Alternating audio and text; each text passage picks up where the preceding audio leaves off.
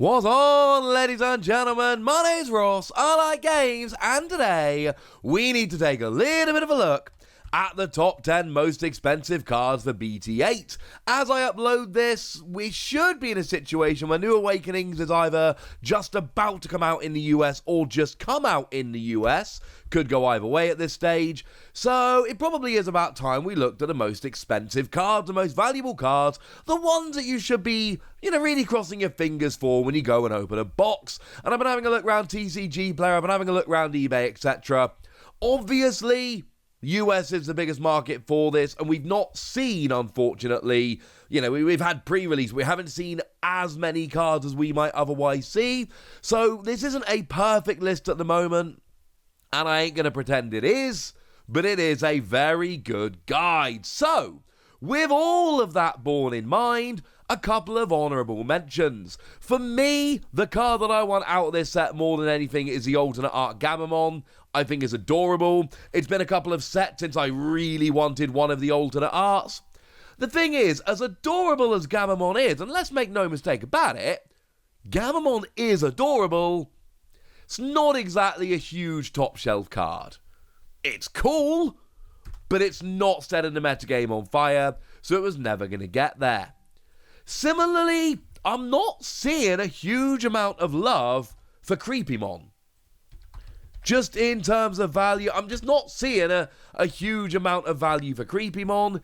It's fine, but it's not really making its way high up the list. And I think, again, the reason for this is Creepymon's just not that playable. It's not a hugely playable card. And it looks like it should be when you Digivolve, trash the top 2 cards of your deck for each of your opponent's Digimon in play. And if you trash 4 or more cards with its effect, you can play a level 5 for free.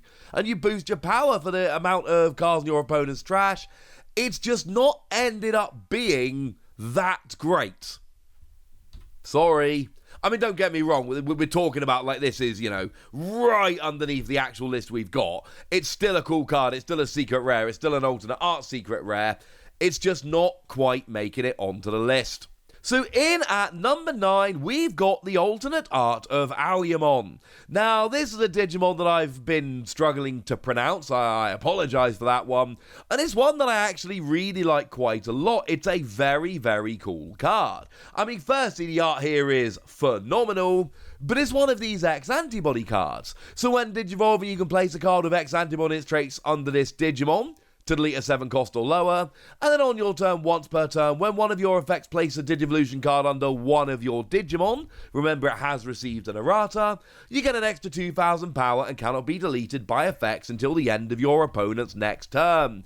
Clearly a very cool card, lovely artwork, comes in at number 10. In at number 9, we've got the alternate art of the BLACKWARGREYHON. At the moment, this isn't trending quite as high as some of the others on this list. I think this one could change. Here, we're really looking at what happens with this. We know it's a viable deck. We know that it's a good deck.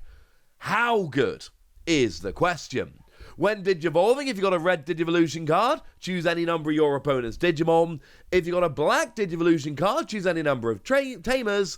And then, with a play cost of 6 or less, you can delete. That's in total. Plus, on all turns, once per turn, when an opponent's Digimon is deleted, you unsuspend, and you've got good inheritable skills on other Digimon that can give you blocker, allow you to attack unsuspended Digimon, and so on. It can get a little bit silly. In at number 8, we've got Rapidmon, and Rapidmon, we're going to start seeing a little bit of a theme here. Because one of the things that we see in BT8 is, well, all of these Digivolve and Armor Purge and things of that nature. So Rapidmon can Digivolve as a free cost from Terriermon, and it's got Armor Purge. When the Digimon would be deleted, you trash the top card of this stack, but you keep the rest, you keep the level 3. And when Digivolving, you suspend one of your opponent's Digimon for each tamer you have in play, and then up to 3 of your opponent's suspended Digimon lose 5,000 power for the turn. Certainly a lot of yellow decks are going to love this because they swarm tamers. You have been warned. And in at number 7, we've got the alternate art of Imperial Dramon Fighter Mode. Cool. It's a good card. Obviously, you'll note that these do tend to be super rares. As it stands at the moment, there's nothing really outside of super rares that are forcing their way onto this list. So, yeah, that's kind of where we are. Maybe in the future, as it stands at the moment, it's not actually happening yet. Might do in the future, but as it stands at the moment, that's not actually what we're seeing. There's a fair amount of predictability, I think is probably the way we can phrase this. As it stands at the moment, we are looking at your super rares and not much more. So, Imperial Dramon Fighter Mode then, what have we got? Well, you can Digivolve as a 2-cost if the name contains Dragon Mode. When Digivolving, you return one of your opponent's Digimon with 10,000 or less to its hand. And when attacking once per turn, if there's a blue card in your Digivolution cards, unsuspend one of your Digimon. And if there's a green card, suspend one of your opponent's Digimon. And then, of course, if you've got both, yes, you get to do both. Very cool card, pretty playable, lovely alternate art. That kind of explains it. In at number 6, we've got ourselves Flamedramon, which again, we are looking at alternate art. I will say that pretty much up to now, the top 3, there's a little bit of a gap, but all of these are very close to each other. You could flick them around and I wouldn't have a huge argument with them. So Flamedramon here, and again, we are just talking about the alternate art. The regular version, you know, it attracts a bit of value, but not to the same level. And what we've got here is another one of these Armor Purge Digimon. Digivolves a 2-cost from Vmon, you got Armor Purge, and when you're attacking, you gain 3,000 power for the turn, makes you an 8,000 power level 4, which is clearly very, very powerful, and not to be sniffed at. In at number 5, we've got ourselves Magnamon, and I did pull this from my pre-release kit, but unfortunately, I pulled the regular version. Should have pulled the alternate art version. That was very silly of me. But what we've got here is another one of these Armor Purge Digimon. They are seeing play, they are proving popular, and the alternate arts are getting up there value-wise. Digivolve is a 3-cost from Vmon. You got Blocker, you got Armor Purge, and when Digivolving, you unsuspend, and you gain 2,000 power for each card with armor form in its traits in your trash. So there is a situation where you unsuspend, and then you gain just a huge amount of power because you've got a bunch of armor form Digimon in your trash. This can build up very, very quickly and get very, very powerful.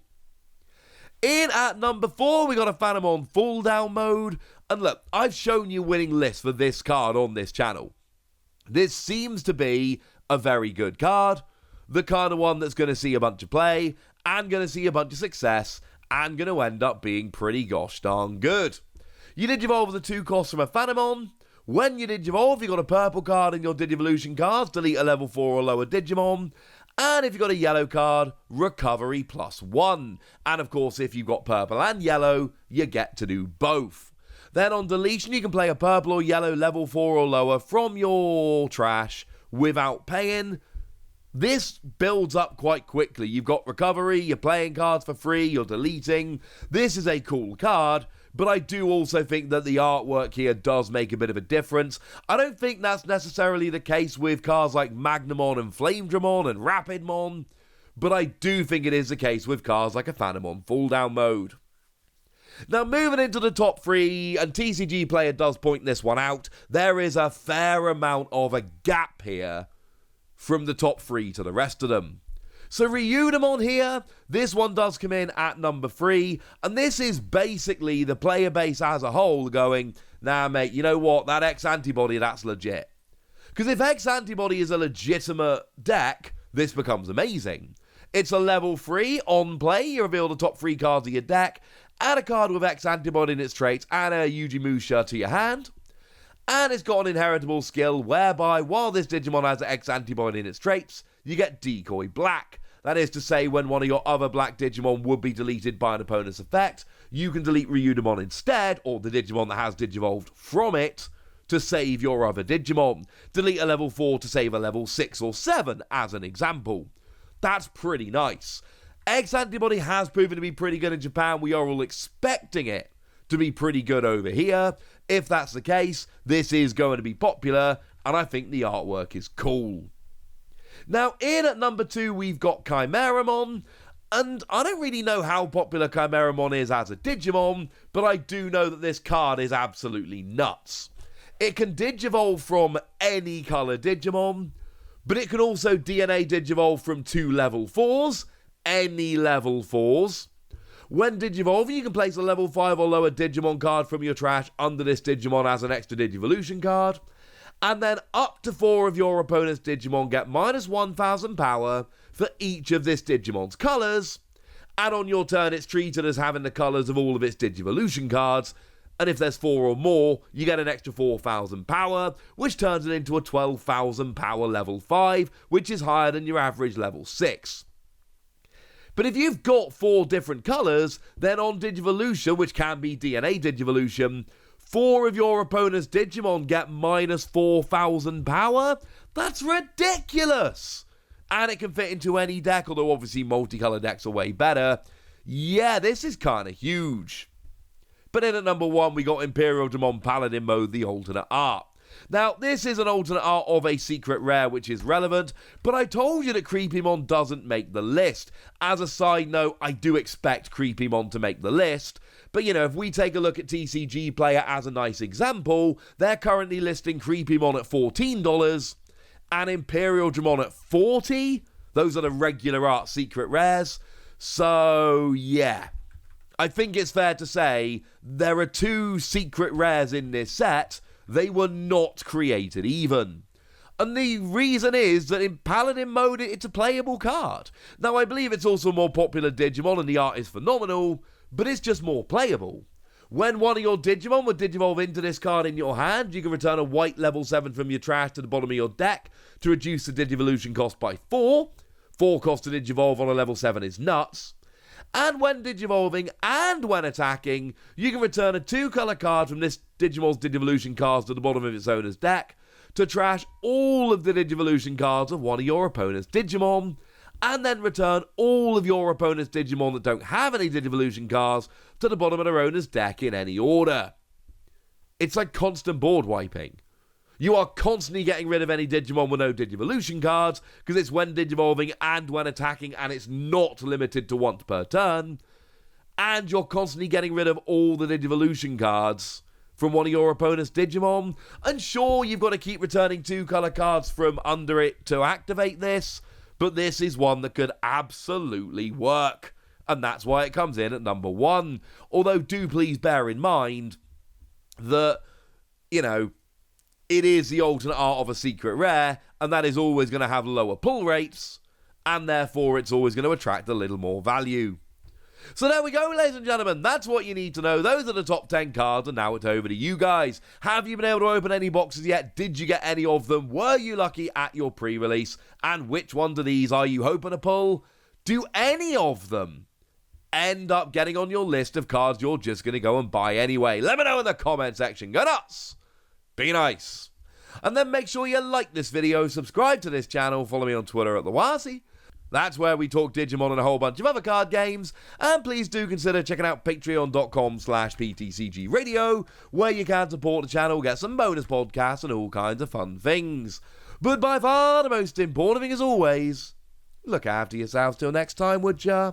Thank you very much for watching. My name's Ross, and you've been watching Wasi Plays.